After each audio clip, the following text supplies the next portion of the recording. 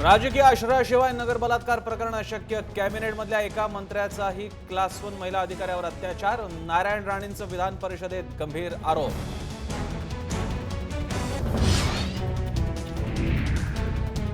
केलेल्या गंभीर आरोपांचे पुरावे सादर करा, अन्यथा हक्कभंग आणणार। चंद्रकांत पाटलांचा नारायण राणेंना इशारा।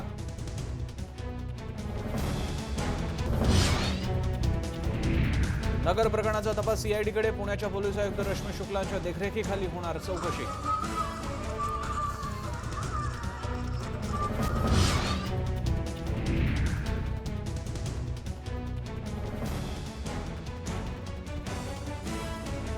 मुख्यमंत्र्यांनी गृह खात्याचा अट्टहास सोडावा। नगर बलात्कार प्रकरण राज्य सरकारचं अपयश। विधिमंडळात विरोधकांचा मुख्यमंत्री विरोधी एल्गार। नगर बलात्कार प्रकरणानंतर गावातली मुलं मुली भयभीत। भीतीमुळे 300 मुलींनी शाळेत जाणं सोडलं, मुख्याध्यापक संघाचा दावा। मुंबईत आंबेडकरी मोर्चाला हिंसक वळण। दादरमध्ये पोलिसांच्या गाडीची तोडफोड। आंबेडकर भवन पाडल्याचा निषेध। कन्हैयाही मैदानात।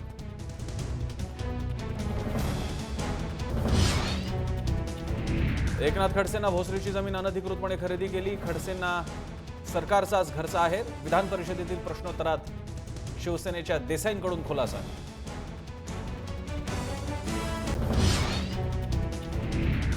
फुगेचा सोन्याचा शर्ट माझ्याकडे नाही। रांका ज्वेलर्सच्या तेजपाल रांकाने फेटाळला शुभम फुगेचा दावा।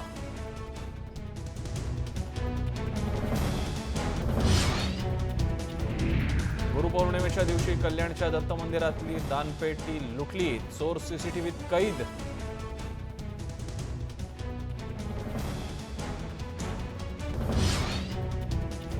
मुंबईकरांसाठी गुड न्यूज। मुंबईला पाणीपुरवठा करणारा तुळशी तलाव ओव्हरफ्लो। 7 तलावांपैकी पहिला तलाव भरला।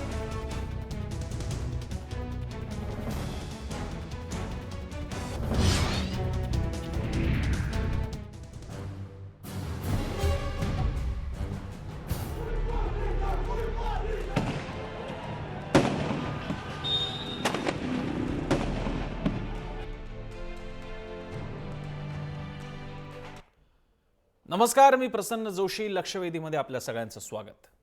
काश्मीर गेले काही दिवस, खास करून हिजबुलचा कमांडर वनी याच्या हत्येनंतर, बुरहान वनीच्या त्याला संपवण्यात आल्यानंतर, खरं तर शब्द योग्य वापरायचा झाला तर संपवण्यात आल्यानंतर पेटलेला आहे।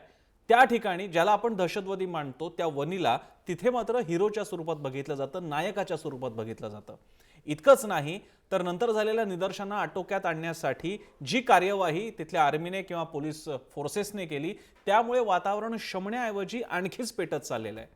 काश्मीरमधली ही स्थिती कमी म्हणून की काय, ज्या प्रकारे केंद्रीय नेते, राजकीय नेते आणि राष्ट्रीय मीडिया या प्रकरणाला हाताळतोय, आर्मीच्या बाजूचं असणं म्हणजे देशभक्त, काश्मीर विरोधक काश्मीरच्या बाजूचं असणं म्हणजे देशविरोधी, किंवा काश्मीरी भूमिका म्हणजे देशविरोधी भूमिका, आर्मीची कारवाई म्हणजे देशभक्ती, अशी विचित्र समीकरणं बनवली जात आहेत। यामध्ये आपण चुकतोय का, हा प्रश्न भारतीय म्हणून आपणही स्वतःला विचारला पाहिजे, कारण तिथली परिस्थिती काय आहे ते समजूनच आपल्याला निष्कर्ष काढता येणार आहे। म्हणूनच या चर्चेचं आयोजन आपण भारतीय असून सुद्धा ही चर्चा करतो, कारण आपण असे आहोत हा दाखवण्याचा हा प्रयत्न आहे, छोटासा प्रयत्न आहे। चर्चेला सुरुवात करण्यापूर्वी हा सगळा इश्यू काय आहे तो अतिशय थोडक्यात मांडण्याचा प्रयत्न केलाय या रिपोर्टमधून।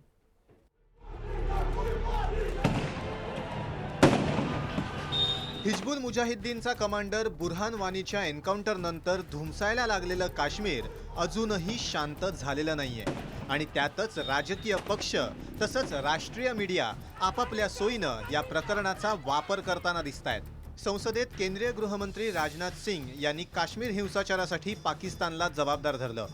पुढे जाऊन त्यांनी काश्मीरसाठी नाजूक असलेल्या सार्वमताच्या मुद्द्यालाच धुडकावलं। दुसरीकडे राष्ट्रीय मुद्रित आणि इलेक्ट्रॉनिक माध्यमांमधूनही एकांगी राष्ट्रवादी किंवा काश्मीरवादी विचारांचा मारा केला जातोय। सोशल मीडियावरही हीच स्थिती आहे। काश्मीरी खोऱ्यातील मुस्लिम, काश्मीरचा भूभाग, तिथला फुटीरतावादी मतप्रवाह आणि शेजारी पाकिस्तान यांची गुंतागुंत समजावून न घेता हे सगळं चाललंय।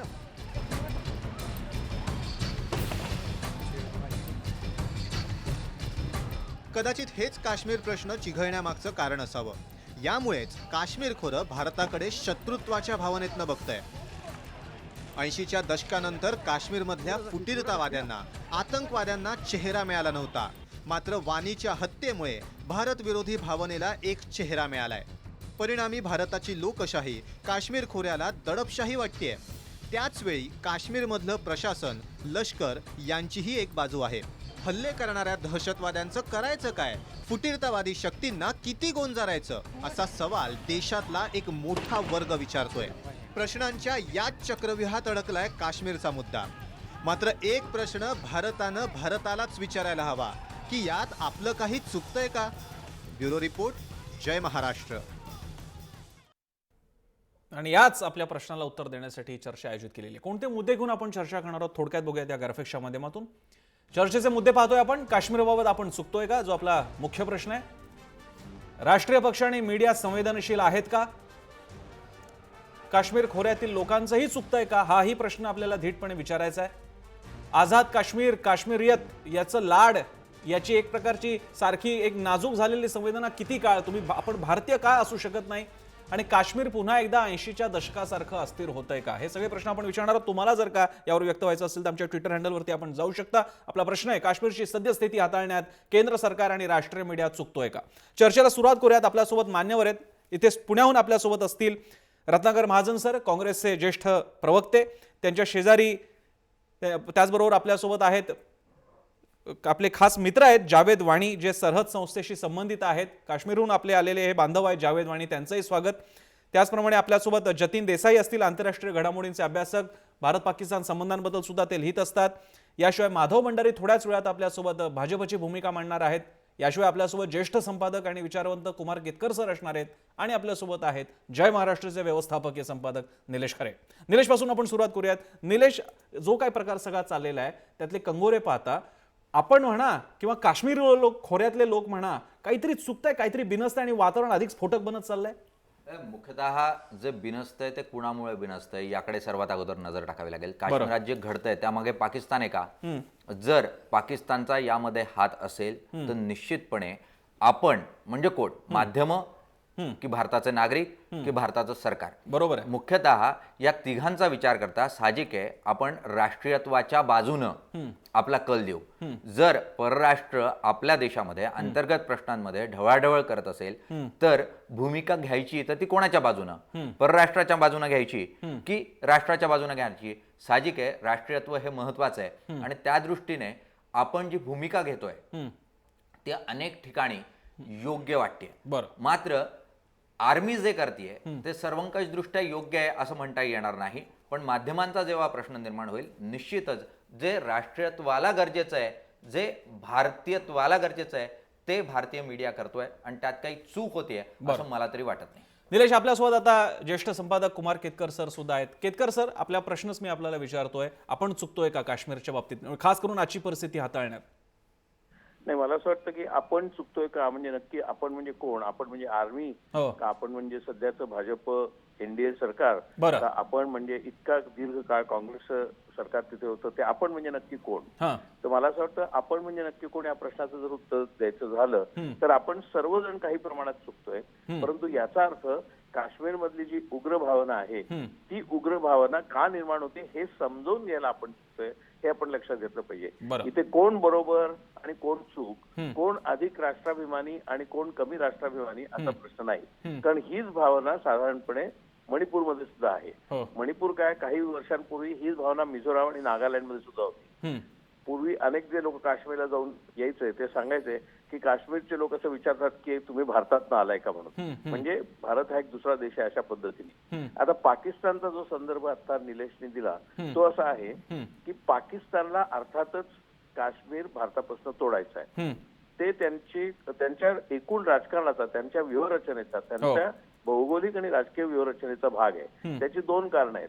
एक म्हणजे तो प्रश्न 48 पासून आहे आणि दुसरा 1971 मध्ये ज्यावेळेला बांगलादेश स्वतंत्र झाला त्यावेळेस बांगलादेश मधल्या बंगाली लोकांनी जे बंड केलं ते अस्मितेचं बंड होतं. आणि त्यावेळेला बांगलादेशच्या लोकांनी पाकिस्तानला म्हणजे पश्चिम पाकिस्तानला त्यावेळच्या पाकिस्तानी राजवटीला परराष्ट्र संबोधलं होतं. आणि भारताने बरीच भूमिका घेतली होती की बांगलादेश मधली जी अस्मिता आहे ती राष्ट्रवादी अस्मिता आहे, त्यांच्यावरती अन्याय आहे, त्यांच्यावरती टँक घुसवण्यात आलेत, आर्मीने त्यांच्या कत्तली केल्यात, बायकांवर बलात्कार केले आहेत आणि त्याच्यामुळे बांगलादेशला स्वतंत्र व्हायला भारताने पाठिंबा दिला होता. आणि त्या युद्धामध्ये 1971च्या भारत पाकिस्तान युद्धामध्ये पाकिस्तानला शरण यायला लागलं आणि आपल्याकडे 90,000 जवळजवळ त्यांचे POW ज्याला प्रिझनर्स ऑफ वॉर म्हणतात युद्ध कैदी आपल्याकडे आले. तो राग अजूनही पाकिस्तानी आर्मीमध्ये आहे. आपल्यापासून पाकिस्तानचा एक भाग भारताच्या मदतीने तोडला, याचा सूड आपण काश्मीरला भारतापासून तोडून उगवला पाहिजे. आता त्याच्यासाठी जशी बांगलादेशमध्ये खुद्द अस्मिता होती बंगाली, तशीच काश्मीरमध्ये सुद्धा अस्मिता आहे हे आपण नाकारून चालणार नाही. आता त्या काश्मीरच्या काश्मीरी अस्मितेला आपण जोडून कसं घ्यायचं, त्यांच्याशी अधिक संवादित कसं राहायचं, याच्याऐवजी जर आपण आर्मी हे माध्यम वापरलं, आर्मी हे जर माध्यम वापरलं त्यांना जोडून घेण्याचं, तर अर्थातच ते पूर्णपणे चूक ठरेल. मग ते पक्ष कोणत्याही राज्यावर काँग्रेसने पण आर्मी वापरलेली आणि बीजेपीने पण आर्मी वापरली, तर ते पूर्णपणे चूक ठरेल. मला नाही वाटत काश्मीरी जनतेला पूर्णपणे आपण संवादामध्ये आणि आत्मीयता आपल्यात आणि त्यांच्यात निर्माण करण्यामध्ये आपल्याला यश आलेलं आहे. आणि तो खूप कठीण प्रसंग आहे, तो खूप कठीण प्रश्न आहे आणि त्याचा विचार व्हायला हवा. त्या पार्श्वभूमीवर म्हटलं तर आपणही चुकतोय, त्यांना चुके म्हणण्याचा प्रश्नच नाही, त्यांच्या त्या काश्मीरी अस्मितेशी आपण कसं जोडणार हा प्रश्न आहे. केतकर सर, तुम्ही आमच्यासोबत राहाच. मी पुण्याला चाललोय. महाजन सरांकडे जाण्यापूर्वी आपले मित्र, आपले काश्मीरमधून आलेले मित्र जावेद वाणी आपल्यासोबत आहेत. जावेद जी, आपका बहुत बहुत स्वागत है इस प्रोग्राम में जुड़ने के लिए. आप महाराष्ट्र के चैनल में जुड़ने के लिए आपका बहुत बहुत स्वागत है इस प्रोग्राम में. आप हमें बताइए, आप कश्मीर से हो, जो भी वहां पे चल रहा है, लोगों की क्या भावनाएं हैं? खास करके मैं कश्मीर वैली की बात कर रहा हूं. लोग क्या सोच रहे हैं जो बुरहान वनी के बारे में हुआ, और किस तरह से आप चाहोगे कि यहाँ की स्टेट ने, केंद्र शासन ने, भारत सरकार ने किस तरह से बर्ताव करना चाहिए, किस तरह से डील करनी चाहिए इस वाकया को? पहले तो मैं बुरहान वानी की बात कर रहा हूं सर. जी जी बुरहान वानी इस जनरेशन का, मतलब जो इस अभी मारा गया आतंकवादी जी, तो उसकी एक चीज थी, उसने जो किया ना, वीडियो पहले जब वो आतंकवादी बना उसने खुद के वीडियो बना के उसको अपलोड कर दिया जी. और आज का जमाना जो है वो इंटरनेट का जमाना है, जिसकी वजह से वो पूरे कश्मीर में क्या पूरे दुनिया में फैल गया है सर. जी. जिसकी वजह से कश्मीर के कुछ ऐसे जवान हैं जो उसके सपोर्ट में आए. दूसरी बात, हमने कश्मीर के सिर्फ 2 चेहरे देखे हैं जी. एक हमें जो मीडिया दिखाती है वहां पे कश्मीरी जी जो इंडियन आर्मी को पत्थर मारते हैं, ये सर पहला चेहरा है जी. दूसरा चेहरा है जो यहाँ से टूरिस्ट जाते हैं कश्मीर में, वहाँ की सीनरी, वहाँ की खूबसूरती देख के आते हैं और उसके तारीफ करते हैं वो जी. ये होगी सर दूसरी बात जी. लेकिन जो रियलिटी है, अगर आप देखोगे, हजारों स्टूडेंट वहाँ पे लाइन में रहते हैं आर्मी भर्ती के लिए, RR भर्ती के लिए, वो भी कश्मीर के ये सर. इसमें सिर्फ आर्मी जो है ना, मतलब आर्मी जो वहाँ पे, मतलब जिनके खिलाफ वहाँ के लोग पत्थर मारते हैं जी, तो वो सिर्फ कश्मीर से बाहर की नहीं है, उसमें कश्मीरी भी कई लोग हैं जो मारे जाते हैं जी. मीडिया को ये भी सामने लाना चाहिए थी कि कश्मीरी भी उसमें मारे जाते हैं जो मिलिट्री रहती है, और प्लस पुलिस और CRPF RR भी रहती है जी. मीडिया ने आज तक पॉजिटिव ज्यादा कश्मीर के बारे में नहीं दिखाया. आज यूट्यूब पे भी सर्च करते हैं, सब निगेटिविटी रहती है. बहुत सारे पॉजिटिव चीज है कश्मीर के लोगों में, और दूसरी बात यह है कि सरहद सनस्ता ने वहाँ पे एक इमरजेंसी लाइन, वो जो हमने पिछले साल रखी थी, जो रेस्क्यू के लिए, जो भी मतलब टूरिस्ट वहाँ पे अटक जाते हैं, हम उनको हेल्प कर देते हैं. सरहद ने सिर्फ रखी है वो, लेकिन आज हमने इस टाइम ये द्वारा हमने 170 लोगों की मदद की है जी. वो सिर्फ हमने नहीं की, वो उन कश्मीरियों ने की जो वहाँ पे रहते हैं सर जी.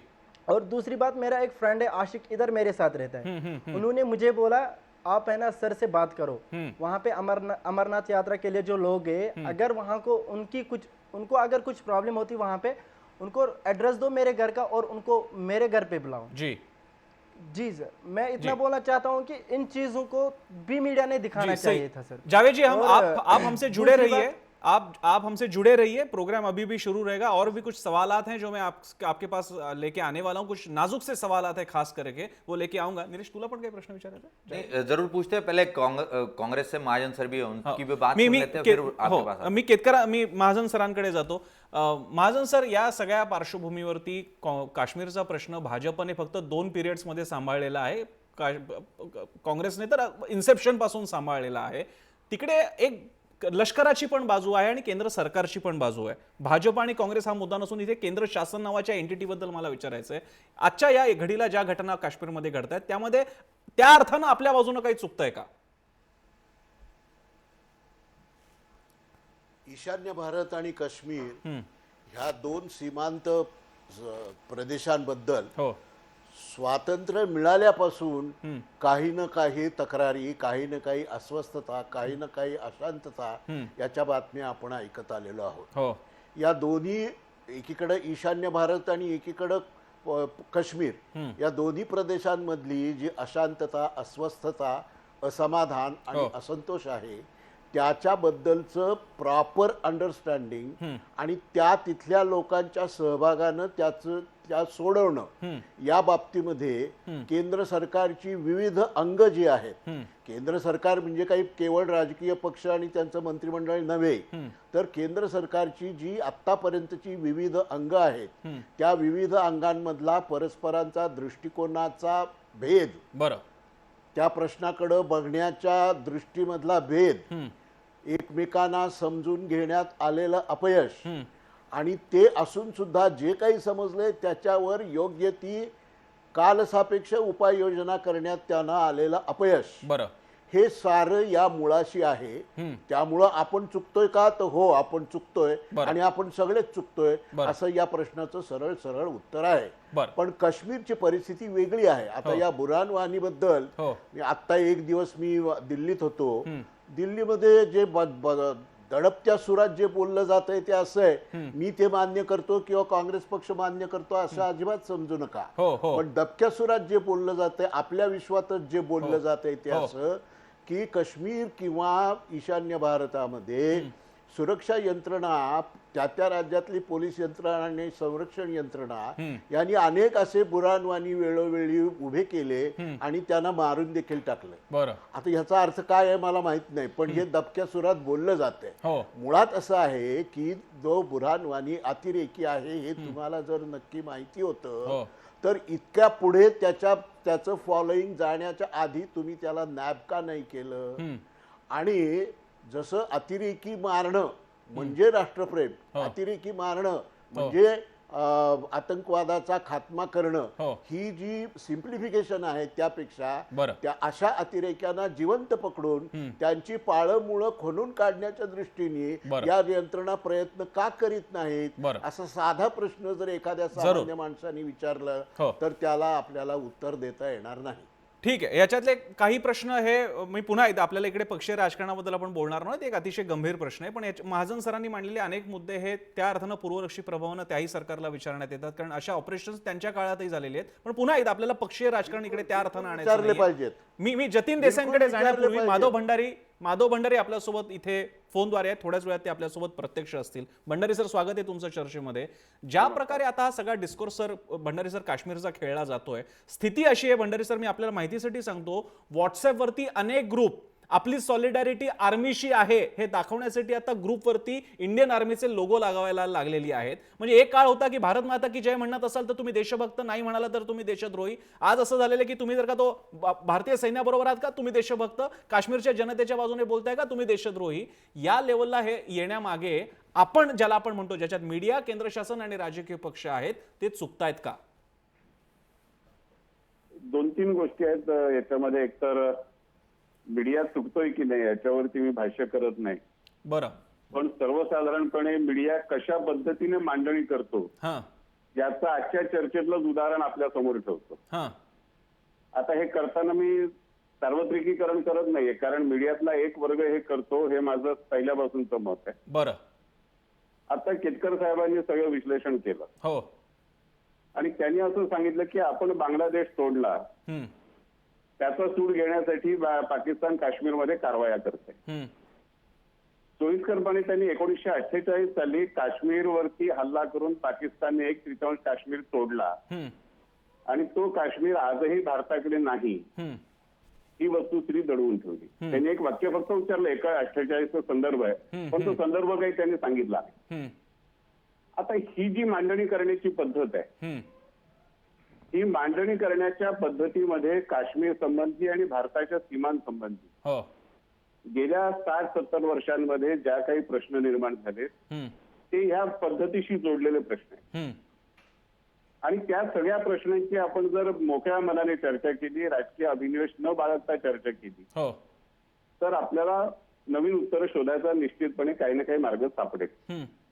महाजन सरांनी जे सांगितलं त्याच्याशी मी सुद्धा बऱ्याच प्रमाणात सहमत आहे. बरं. कारण आपल्याला माहिती आहे भिंद्रानवाले सुद्धा निर्माण केले गेले.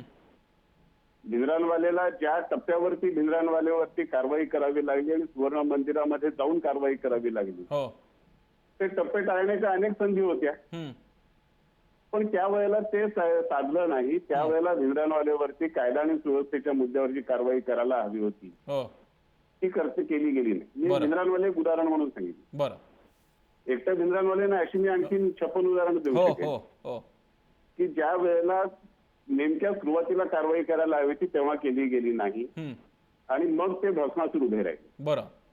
आपल्या सगळ्या प्रश्नांमध्ये जो प्रश्न आहे, पण भंडारी सर, मग महाजन तेच विचारतायत की जर का असा भस्मासूर जर का टाळता येऊ शकतो, समजा ती काँग्रेसकडनं चूक झाली आणि ती भिंद्रनवाले बद्दल असेल, LTTच्या लिट्टेबद्दल असेल किंवा अशा आणखी काही उदाहरणं काश्मीर सकट सांगता येतील, तर हीच चूक टाळण्याची संधी आपल्याला बुरहान वनीच्या निमित्तानं नव्हती का मिळाली, असं त्यांचा इनडायरेक्टली प्रश्न आहे. जर का तो असा वाढत होता त्याला आपण कंडेन करू शकलो असतो का? त्याला जिवंत पकडून आपण ताब्यात घेऊ शकलो असतो का? प्रयत्न करतोय की बुरहानवालीच्या संदर्भात दबक्या आवाजात दिल्लीत बोललं जातंय ते खरं मानणं आणि त्याच्या आधाराने सरकारवरती टीका करणं, हाही त्यातलाच पर एक गडबडच आहे. नाही बरं.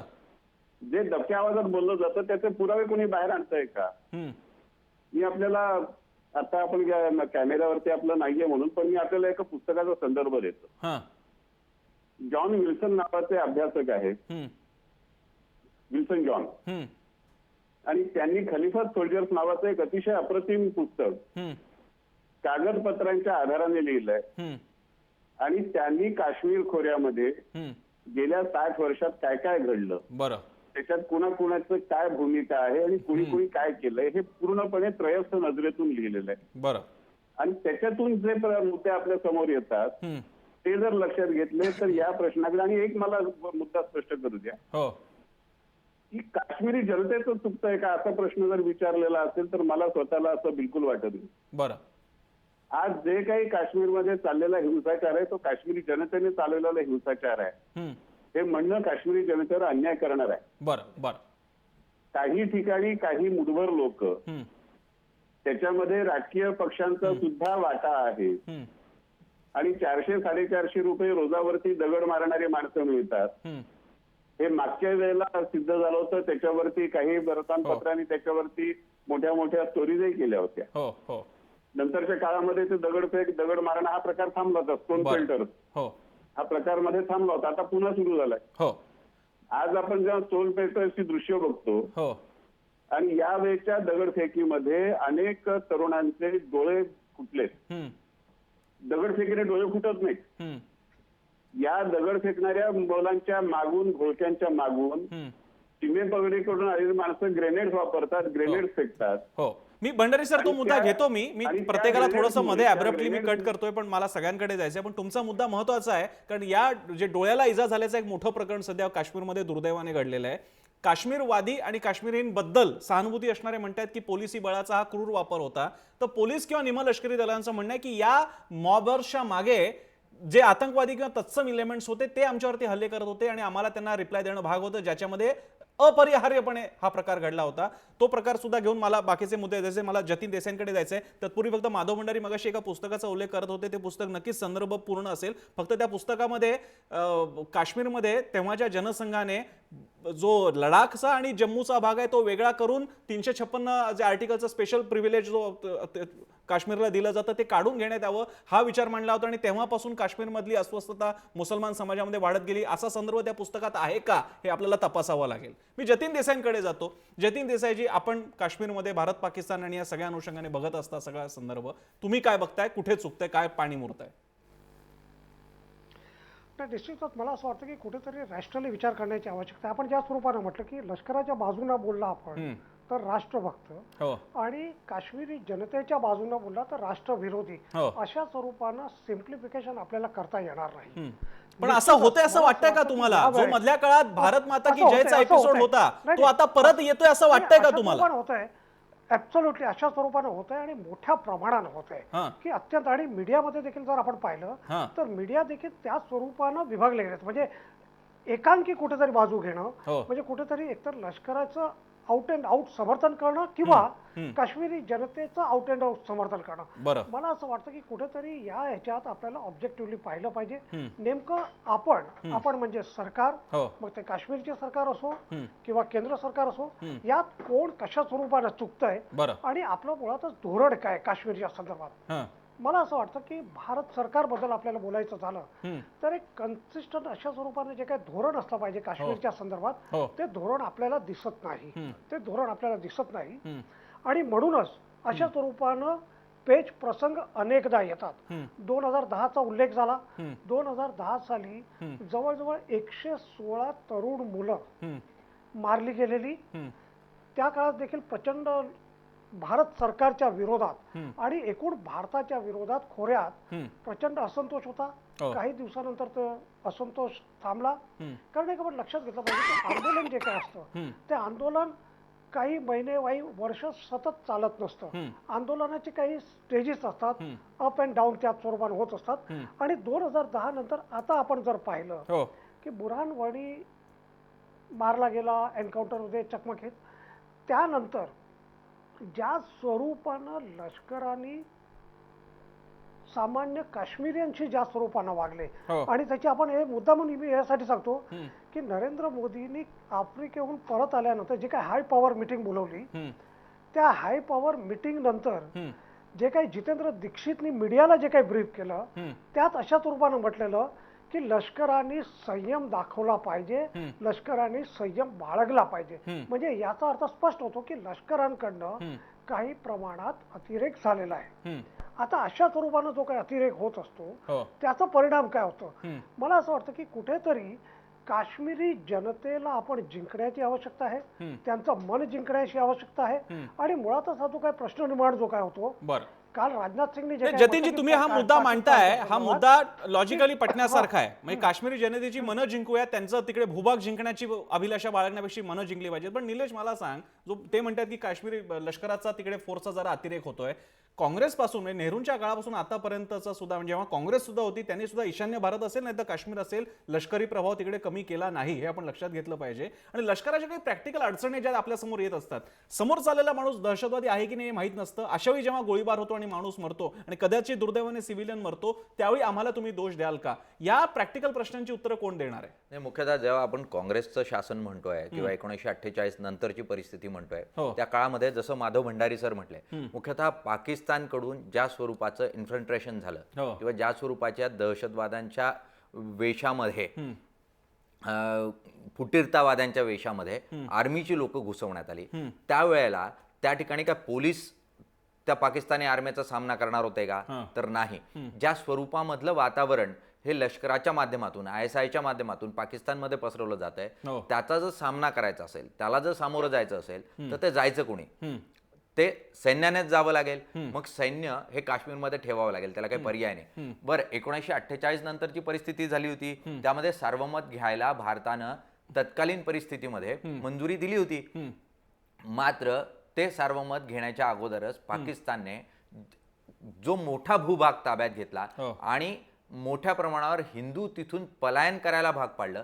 त्यानंतर असं सार्वमत घेणं कितपत योग्य ठरलं असतं? अखेरीस भारत सरकारनंच हे सार्वमत घेतलं नाही आणि ते आजपर्यंत होऊ शकलेलं नाही. आणि त्यामुळे ज्या वेळेला इतर राष्ट्र ही तिथे पूर्णतः आपल्या सैन्याचा वापर करतायत, दहशतवाद वाढवण्यामध्ये साधन सामुग्रींचा वापर करतायत, त्यावेळेला सैन्य तिथे ठेवायचं नाही तर कोणत्या अशा वेगळ्या प्रशासन पद्धतीने या लोकांना आपल्याशी जोडून घ्यायचं? कारण ते शक्य होणार नाही जोपर्यंत आपण सैन्याचा विरोध हा सैन्यानं करणार नाही. त्यामुळे सरकारनं घेतलेली जी भूमिका आहे, अगदी मग तत्कालीन सरकारची असेल किंवा आत्ताची, ती अयोग्य आहे असं म्हणता येणार नाही. सैन्य कशा स्वरूपामध्ये आपली ताकद वापरतोय हा निश्चितपणे प्रश्न असू शकतो, मात्र सैन्य असावं की नसावं हा प्रश्न असू शकत नाही. बरं, मी निलेशने सार्वमताचा मुद्दा आलेला आहे, ज्याच्याबद्दल राजनाथ सिंग आपले गृहमंत्री नुकतंच आजच म्हणाले की सार्वमताचा आता प्रश्न ऑब्सोल्यूट झालेला आहे, आता काही त्याला अर्थ उरला नाही. तो मुद्दा मी थोडासा नंतर घेणार आहे. त्यापूर्वी आपले पुण्यातले मित्र जावेद वाणी यांच्याकडे जाण्यापूर्वी मी केतकर सरांकडे जातो. केतकर सर, माधव भंडारेंच्या टिप्पणीबद्दल आपण प्रत्युत्तर द्यास किंवा तुमचं जे म्हणणं असेल ते मांडाच, पण आपल्यासाठी एक प्रश्न होता. या सगळ्याला वेढून राहिलेला एक मुद्दा आहे, तो म्हणजे काश्मीरियत. ही काश्मीरियत सुद्धा थोडी कॉम्प्लिकेटेड असून ती प्रामुख्यानं खोऱ्यामध्ये जास्त संवेदनशील आहे. बुरहान वनीच्या खात्म्यानंतर जर का लोक जनते मोठ्या संख्येने 40-40 हजारांचा जमाव तिथे जमत असेल, तर एका पातळीला उर्वरित भारतीय म्हणून आपल्याला हा प्रश्न नाही का पडणार किंवा नाही का पडू की तुम्ही उभे राहायला, तुम्ही भारतीय स्टेट बद्दल तुमच्या मनात आक्षेप लाख असू द्या, त्याबद्दल तुमचा संघर्ष पण असू शकतो, पण बुरहान वनीला कसा काय तुमचा समर्थन असेल, ज्याच्या संघटनेला पाकिस्तानचा पाठिंबा आहे? अशा वेळी थोडीशी आपण त्यांच्याकडे सुद्धा बोट दाखवायची वेळ आली आहे का? नाही, मला असं वाटतं की आपण कोणाला प्रत्युत्तर देण्याचा प्रश्न नाहीये. हा प्रश्न साधा असा आहे की बुरहान वानीचं वय होतं 22 आणि आपण 48 रेफरन्स देतो, त्याला झाली वर्ष 68. आता त्यावेळेला तर बुरहान वानीचे आई वडील सुद्धा अगदी लहान असतील. आता अशा पार्श्वभूमीवरती ज्यावेळेला असंतोष असा सातत्याने राहतो, मग तो पाकिस्ताननी पेरलेला असो किंवा स्थानिक असो, तो असंतोष आपण कसा समजून घ्यायचा, तर त्याच्यासाठी अनेक स्थानिक, सामाजिक, सांस्कृतिक, आर्थिक, शैक्षणिक अशा संस्था असतात, ज्या संस्था इंटिग्रेट करत असतात समाज. अशा अनेक संस्था आपल्या सगळ्या राज्यांमध्ये आहेत. खूप लोकांना आठवत नाही, अगदी काश्मीरच्या पर्यंत जायला कोण काश्मीर एवढी उग्रता नसेल,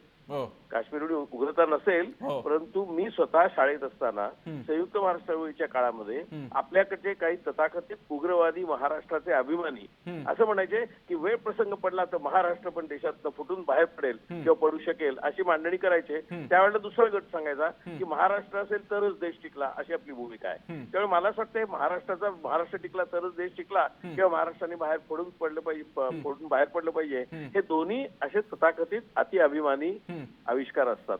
प्रत्येक भागामध्ये असे आविष्कार आहेत. 1980 ते 84 कोणाला आठवत नाहीये, बहुतेक लोक त्याचा संदर्भ देत नाहीत. इस्लामिक दहशतवाद म्हणून बोलून आपल्या देशातला 1980 ते 84 या काळामध्ये जवळजवळ 60 ते 80 हजार शिखांनीच मारलेले. खलिस्तानी कमांडो फोर्स KCF किंवा AISSF, all India Sikh students federation, यांच्यातनं निर्माण झालेल्या अतिरेक्यांनी खेड्यापाड्यांमध्ये पंजाबच्या जवळजवळ 60 ते 80 हजार शीख मारले आणि त्याच्याबद्दल जास्त तक्रारी सुद्धा येऊ शकल्या नाहीत, कारण इतकी दहशत गावागावांमध्ये होती.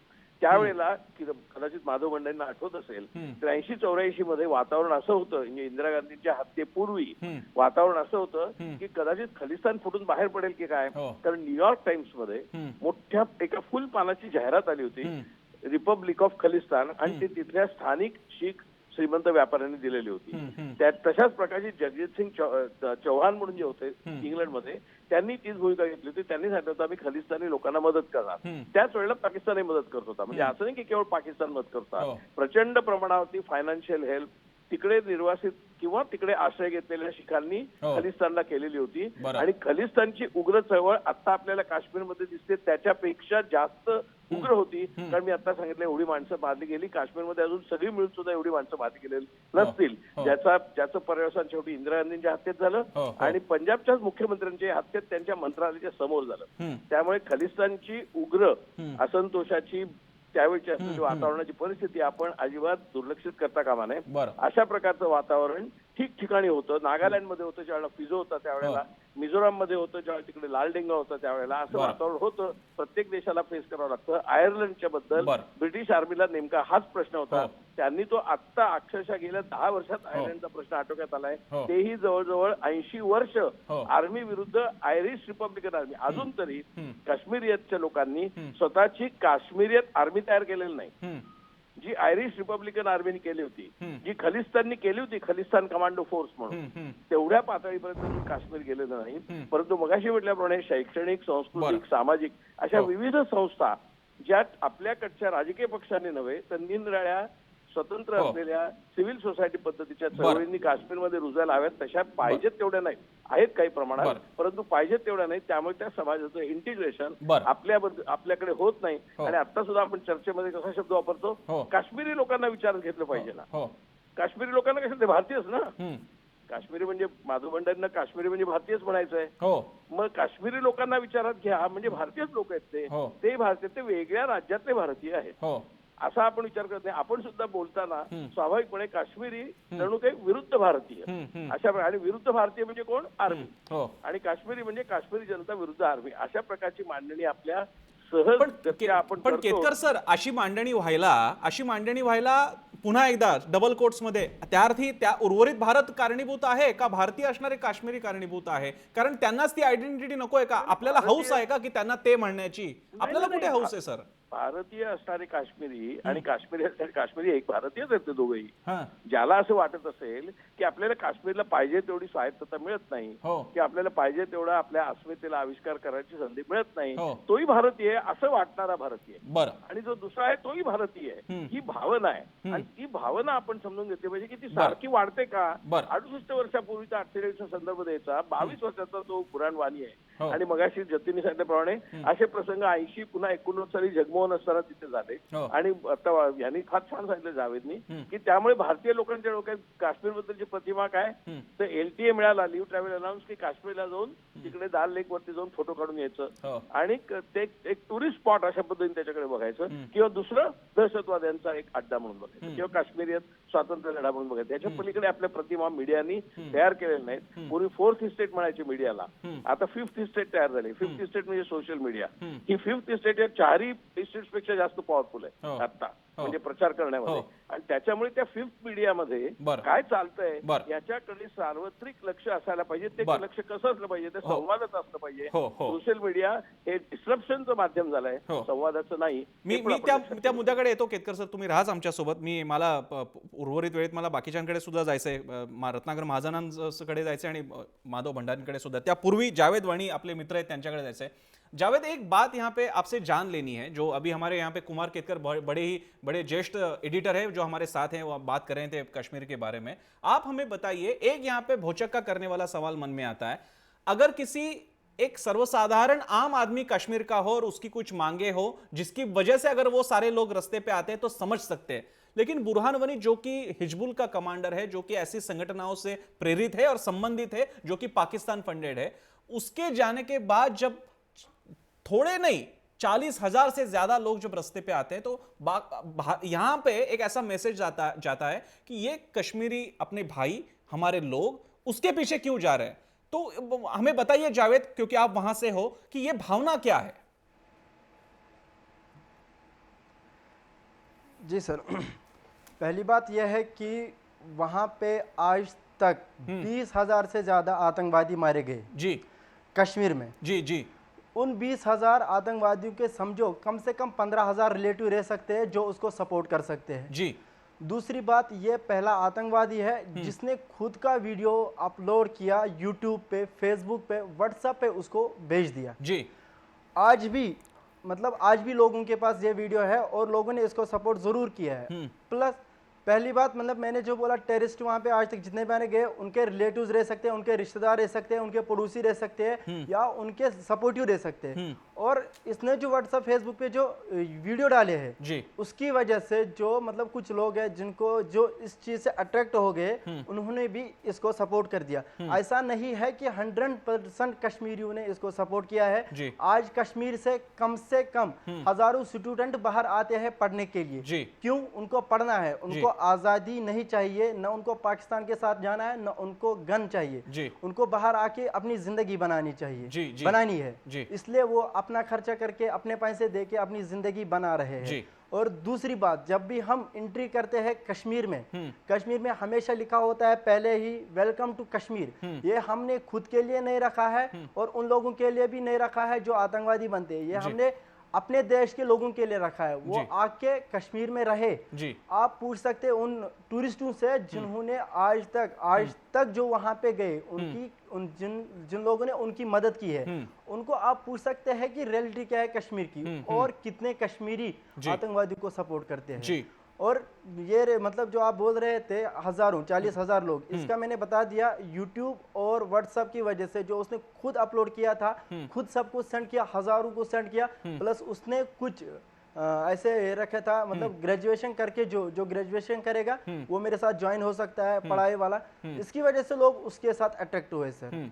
जी सर. जी, हा महत्वाचा मुद्दा आहे. जावेद जे आपल्याला सांगतात आणि जावेद यांच्या बोलण्याकडे आपल्याला द्यावंच लागेल लक्ष, कारण ते स्वतः काश्मीरमधून आहेत. ज्याला काश्मीरमध्ये सुद्धा अगदी स्पेसिफिक म्हणायचं तर ज्याला खोरं म्हणतात, काश्मीर खोरं, त्या भागातले त्यांची मुळं असणार, ते तिकडून आलेले असल्यामुळे त्यांची अधिकृत माहिती आहेत. जावेद, आप हमसे जुडे रहिए. मी रत्नाकर महाजनांकडे जाईन. महाजन सर, याच्यातला एक मुद्दा माधव भंडारे सुद्धा मांडला की इथल्या ज्या गोष्टी, जे डिसिजन्स घ्यावे लागतात, जो आता बुरहान वनीच्या बाबतीत घेण्यात आला, अशा प्रकारचे डिसिजन्स यापूर्वी सुद्धा घेण्यात आले. अशा प्रकारे लष्कराचा वापर, लष्कराच्या पॉवरचा वापर हा यापूर्वी सुद्धा झाला आणि आता सुद्धा तो तसाच चाललाय. त्याला कारणीभूत तिथली भूराजकीय परिस्थिती आहे. मग फक्त भाजपवरच बोट का दाखवलं जात आहे? अगदी अपेक्षित प्रश्न आहे आणि हा प्रश्न विचारला जाण्यापूर्वी राज्यसभेमध्ये काल जी चर्चा झाली त्या चर्चेमध्ये गुलाम नबी आझाद हे राज्यसभेचे विरोधी पक्ष नेते यांनी या प्रश्नाचं उत्तर दिलं. एकदा सोडून 3 वेळा ते असं म्हणाले, हमारी भी गलतियां हुई है, लेकिन जब जब हमारी गलतियां हुई तब हमने उन्हें सुधारने की कोशिश की. एकदा सोडून 3 वेळा गुलाम नबी आझाद हे तिथं म्हटले. हे धाडस राज्यसभेच्या सत्ताधारी पक्षाच्या नेत्याला झालं नाही. त्यांनी ती चर्चा शुद्ध राजकीय स्तरावर आणून ठेवली आणि हे सांगितलं. काय सांगितलं ते तुम्हाला माहिती आहे? बुरहान वानीच्या मृत्यूला एवढी गर्दी जमली, याचा इतका बाऊ करायचा की असं वाटलं पाहिजे की ते 40,000च्या 40,000 सगळे आतंकवादीच होते. असं नसतं कधी.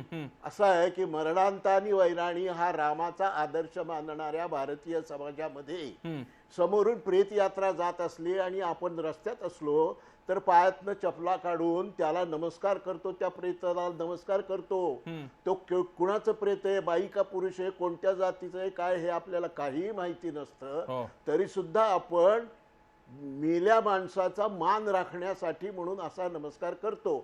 ही लोकरीत असणाऱ्या देशामध्ये या एका मुलाबद्दल, 22-23 वर्षाच्या मुलाबद्दल तो हकनाक बळी जायला नको होतं असं काही लोकांचं म्हणणं असेल किंवा जो कुणी असेल त्याच्याविषयी आपल्याला आदर प्रदर्शित केला असेल, असं का मानायचं नाही? दरवेळेला म्हणजे हे कसं आहे माहिती का, जुनी एक डिक्टाट आहे, those who are not with us are against us, असं एक जुनी इंग्रजी ते कम्युनिस्टांच्या बद्दल पूर्वी म्हटलं जायचं. आता तो प्रभाव कमी होत चाललेला आहे. आता आत्ताच्या लोकांबद्दल म्हणलं पाहिजे की जे लोक आमच्याशी सहमत नाहीत ते आमचे विरोधक आहेत. मी शत्रू म्हणत नाही, कारण लोकशाहीमध्ये शत्रू बित्रू नसतो कधी, विभिन्न मतधारक लोक असतात, तर ते आमचे विरोधक आहेत. असं राष्ट्रवादाची व्याख्या एवढ्यापुरती मर्यादित ठेवायची असेल तर भारताच्या विविध राज्यांमध्ये जे प्रश्न उभे राहत आहेत त्यांच्याकडे याच चष्म्यातनं बघितलं जाण्याचा धोका आहे. मुळामध्ये भारत हे नेशन इन मेकिंग आहे. अनेक सब नॅशनॅलिटीची मिळून झालेली एक नॅशनॅलिटी आहे, हे लक्षात ठेवलं पाहिजे. आणि काश्मीर हा भारताचा अभिन्न भाग आहे असं आज कुणी म्हणत असलं तरी काश्मीर प्रजा परिषदेचे आणि नंतर जनसंघाचे जे प्रेमनाथ डोगरा म्हणून पुढारी होते त्यांनी काश्मीर हे हिंदू राज्य आहे त्यामुळे त्यांनी भारत या सेक्युलर देशात सामील होता कामा नये असं 1951 साली म्हटलेलं होतं. मग आता हे सगळं जर असेल तर आपल्या त्या पूर्वजांची सुद्धा हे करणार का, ते खोटे होते, त्यांच्याशी आम्ही सहमत नाही असं म्हणणार का? मला हा प्रश्न काढायचा नव्हता, पण विनाकारण राजकीय गटपटांच्या गटपटीत जाण्याची काही आवश्यकता नाही. पण जेव्हा एका बाजूनी उल्लेख होतो तेव्हा दुसऱ्या बाजूनी उल्लेख होणं अपरिहार्य होतं. एवढंच माझं या बाबतीतलं म्हणणं आहे. इथून पुढे मी हा उल्लेख करणार नाही. ठीक, मी माधव भंडारेंकडे जातो. भंडारेजी, तुम्हाला जे उत्तर द्यायचं असेल ते तुम्ही द्यालच. फक्त इकडे एक संदर्भ म्हणून आपल्याला विचारायचं आहे, सध्या मोठ्या प्रमाणामध्ये, आणि माझा असा दावा नाही की ते संघ किंवा भाजप किंवा हिंदुत्ववादी वगैरे आहेत, पण मोठ्या प्रमाणात व्हॉट्सअपवरती आणि सोशल मीडियावरती एकदम ट्रेंड आलेला आहे. तो म्हणजे एक लोगो लावायचा आहे, तो म्हणजे भारतीय सेनेचा. तो खरा लोगो आहे की तो पण नाही, पण एक सॉलिडॅरिटी व्यक्त करण्याचं माध्यम की मग आम्ही भारतीय सेनेच्या बाजूने आहेत. आणि त्याला ताजा रेफरन्स आहे तो म्हणजे काश्मीरमधली कारवाई. हा जो काही एक मूड बनत चाललेला आहे देशामध्ये, त्याच्याकडे एक संवेदनशील राजकीय व्यक्ती म्हणून आणि भाजपच्या सत्ताधारी पक्षाचे प्रवक्ते म्हणून आपण कसं पाहता अशा प्रकारे लोकांना काश्मीरमधल्या कारवाईच्या अनुषंगाने सैन्य आणि त्याच्या शक्तीबद्दल ममत्व वाटू लागणं आणि सॉलिडॅरिटी व्यक्त करणं हा जो ही फ्रेंड्स हा जो एक काय उन्माद तयार झालेला आहे याचं पण समर्थन कराल? नाही, मुळात त्याला तुम्ही उन्माद म्हणता यालाच माझा आक्षेप आहे. कारण आपण जी दृश्य आता पडद्यावर दाखवत आहात हो काश्मीर मधली, हो ती दृश्य जर आपण सुद्धा थोडा आपला चष्मा बाजूला ठेवून बघितली हो तर त्या दृश्यांमधून जनतेला दिसणारं चित्र हे आहे की सेना जी आहे ती निष्क्रियपणे उभी आहे किंवा ती पळतायत. मारताय कोण? तर ही दगड फेकणारी जी मुलं आहेत ती मारतायत.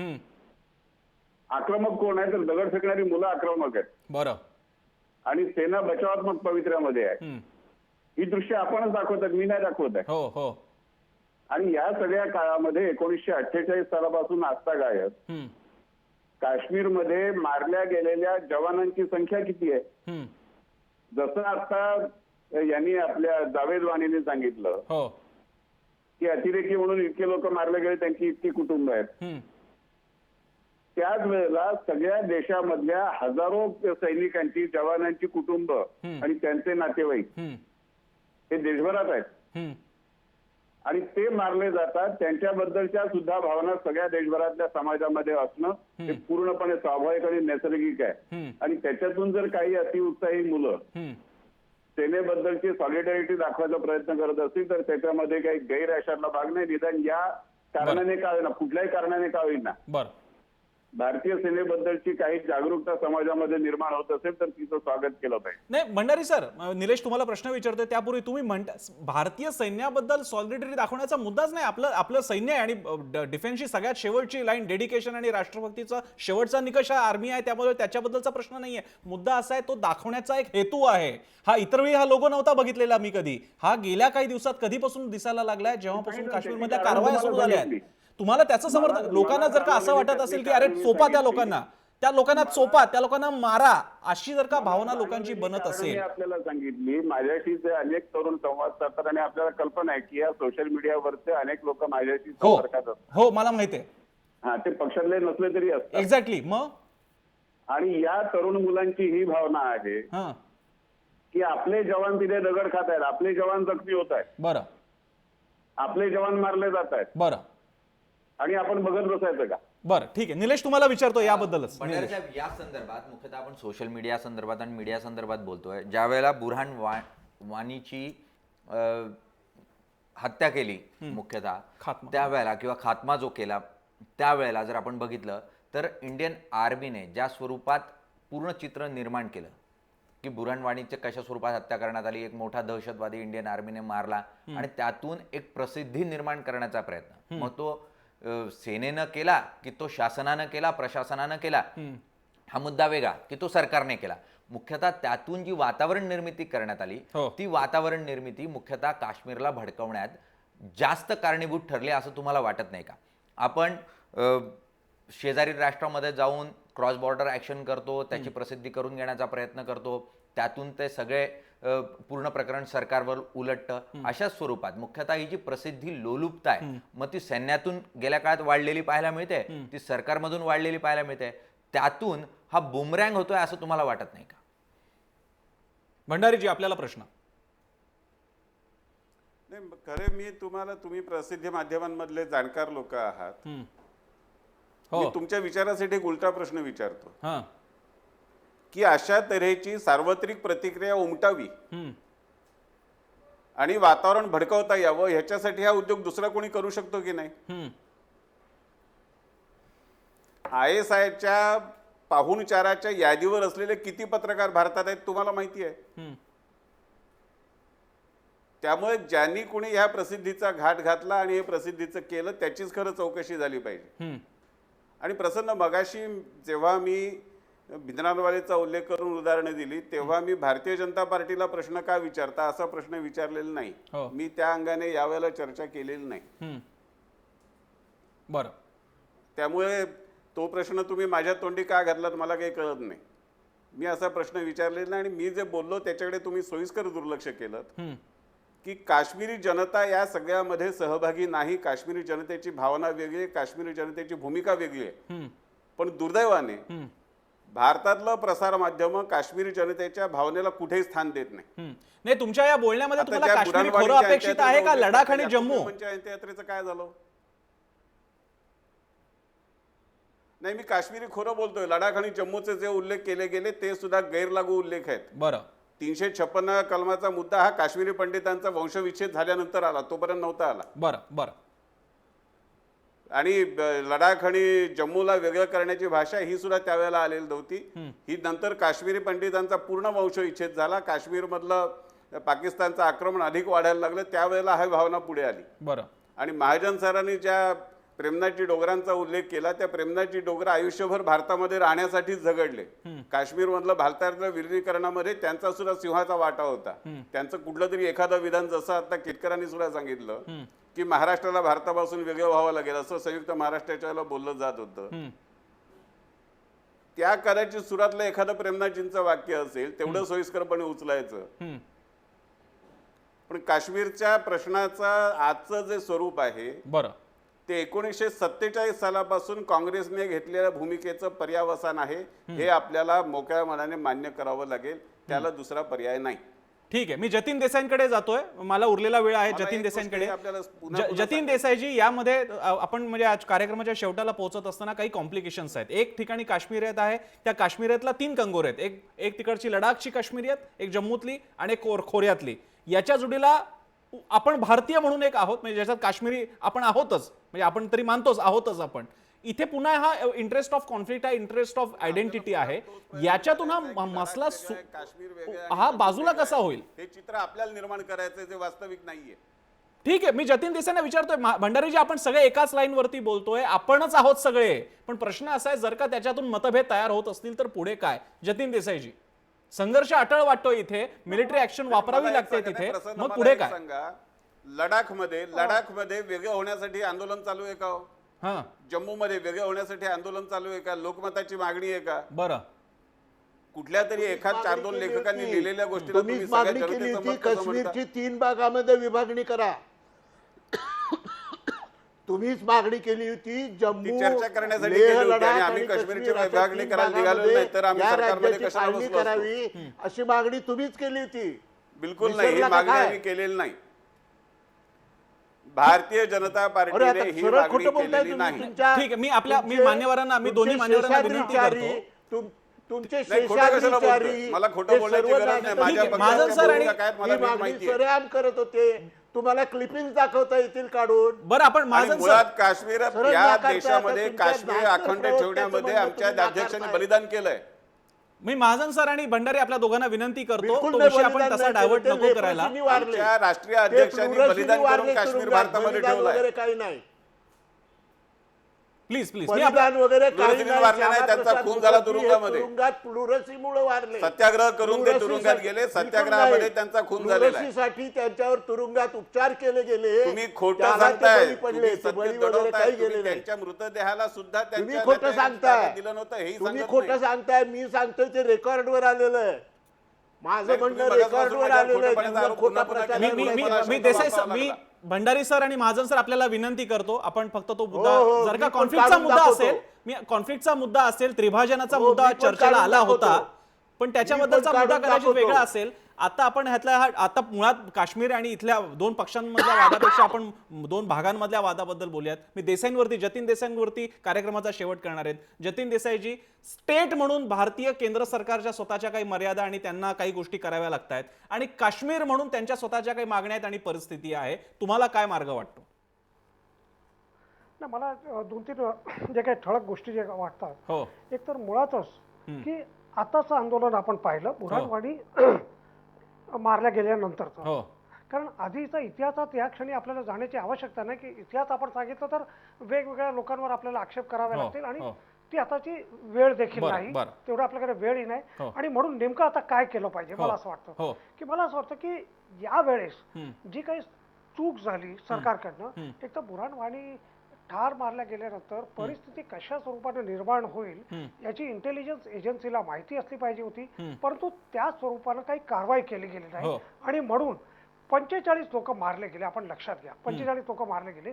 जवळजवळ 1,500 लोक इंजर्ड झाले. त्यातले जवळजवळ 200 ते 250 लोकांना डोळ्यात इंजुरी झाली आणि त्यातले जवळपास 100 लोक जे आहेत ते कायमचे त्यांचे डोळे जाणार अशी परिस्थिती निर्माण झाली आहे. आता यातनं नेमकं काय करायचं? मला असं वाटतं की यात मीडियाच्या संदर्भात जो काही सरकारची भूमिका राहिली, म्हणजे गेले 4 दिवस वर्तमानपत्र येत नाही.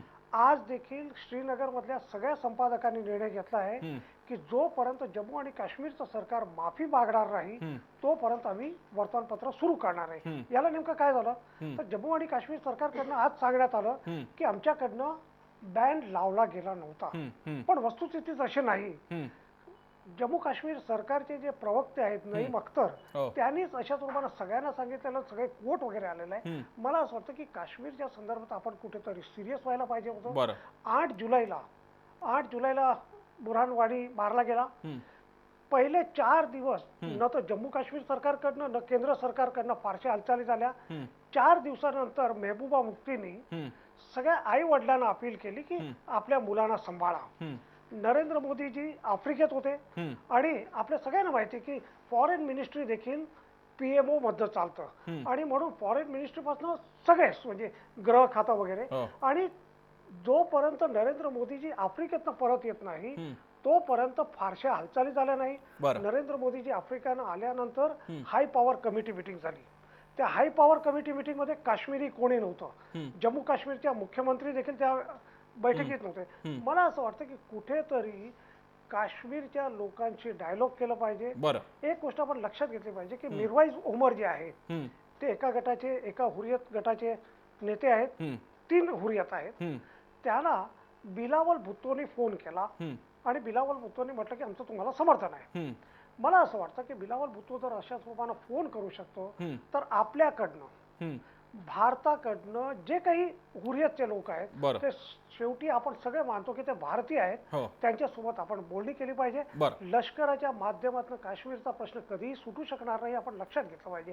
आणि म्हणून पॉलिटिकल डायलॉग जे आहे, राजकीय बोलणी या सगळ्या गटाशी, मला आठवतं की 2003 साली वाजपेयी जेव्हा काश्मीरला गेलेले, श्रीनगरला गेलेले, तेव्हा वाजपेयीजींनी स्वतःहून युनिलॅटरल सीज फायर जाहीर केलं. त्यानंतर जी काही त्यांची एक पत्रकार परिषद झाली, त्या पत्रकार परिषदेत वाजपेयीजींनी म्हटलेलं की काश्मीरच्या संदर्भात जेवढे काही स्टेक होल्डर्स आहेत त्या सगळ्यांशी बोलणी आम्ही करू. तेव्हा एका पत्रकाराने विचारलं क्या यह बातचीत कॉन्स्टिट्यूशन के दायरे में होगी? तेव्हा वाजपेयीजींनी खूप महत्वाचं उत्तर दिलेलं, नाही, इंसानियत के दायरे में होगी. मला असं वाटतं की इंसानियतच्या दृष्टीने आपण सगळ्यांशी बोललं पाहिजे. हा फार महत्त्वाचा मुद्दा होता, कारण कॉन्स्टिट्यूशनच्या दायरेमध्ये म्हटल्यानंतरच्या काय तांत्रिक अडचणी येतील याची वाजपेयींना त्यावेळी कल्पना होती. त्यावेळी जे सामंजस्य त्या काळात होतं त्यांनी तर या लेवलचं सामंजस्य होतं की हुरियत नेत्यांना पाकिस्तानामध्ये जाण्याबाबतीत असेल किंवा पाकिस्तानच्या नेत्यांना हुरियतशी बोलण्याचं असेल, हे भाजपचे वाजपेयी बसलेले असताना सुद्धा शक्य होत होतं. कारण तिथे एक दाखवायचं सामंजस्य एक नीती म्हणून वापरली गेली होती. ती नीती आणि ती काँग्रेसची सुद्धा नीती होती. मनमोहन सिंगांच्या काळात कोलमेस परिषद ते आयोजित करणार होते, त्याचा सुद्धा संदर्भ आहे. ही संवादाचीच नीती आपल्याला पुढे न्यावी लागेल. अजूनही वातावरण आपल्या ताब्यात येऊ शकतं. अजूनही ते 80च्या दशकातलं झालेलं नाही. जसं केतकर सरांनी मगाशी सांगितलं, जे भिंद्रनवाल्यांच्या काळात पंजाब जसा होता तसा झालेला नाही. तो होऊ द्यायचा नसेल तर मात्र जबाबदारी आपल्या सगळ्यांची आहे. आणि हे घडून नसेल, हे जर का घडू दिलं आपण तर बरोबर, नाही घडू दिलं तर मात्र आपण चुकणार आहोत. कार्यक्रमाच्या शेवटी लोकांना आपण प्रश्न विचारला होता की काश्मीर खोऱ्यामधली परिस्थिती हाताळण्याच्या बाबतीत केंद्र सरकार आणि राष्ट्रीय मीडिया चुकतोय का? तुम्ही त्याला काय प्रतिसाद दिलेला आहे स्क्रीनवरती पहा. तुमचा प्रतिसाद इथे स्क्रीनवरती आपण बघू शकतो. 77% लोकांना वाटतंय की राष्ट्रीय मीडिया आणि केंद्र सरकार चुकतंय. आणि हा कौल आपल्या सगळ्यांच्या माहितीसाठी हा म्हणजे भारत आणि महाराष्ट्रातून आलेला कौल आहे. त्यामुळे या सगळ्यांवरती आपण विश्वास ठेवला पाहिजे. हे कोणी पाकिस्तानी नव्हेत, त्यांना असं वाटतंय की केंद्र सरकार चुकतंय. त्याची थोडीशी दखल आपल्या भाजपाच्या सरकारनं, केंद्र सरकारनं घ्यावी अशी विनंती. कार्यक्रमाच्या शेवटी केतकर सर तुम्ही वेळ दिलात, माधव भंडारी तुम्ही, जतीन देसाई, माधव भंडारी, रत्नाकर महाजन आणि आपले खास मित्र या चर्चेला सहभागी झालेले जावेद वाणी जी, आपका भी बहुत बहुत शुक्रिया. आप हमारे कार्यक्रम में, इस प्रोग्राम में जुड़े इसलिए. चर्चेमध्ये इथे थांबूयात. पाहत रहा जय महाराष्ट्र.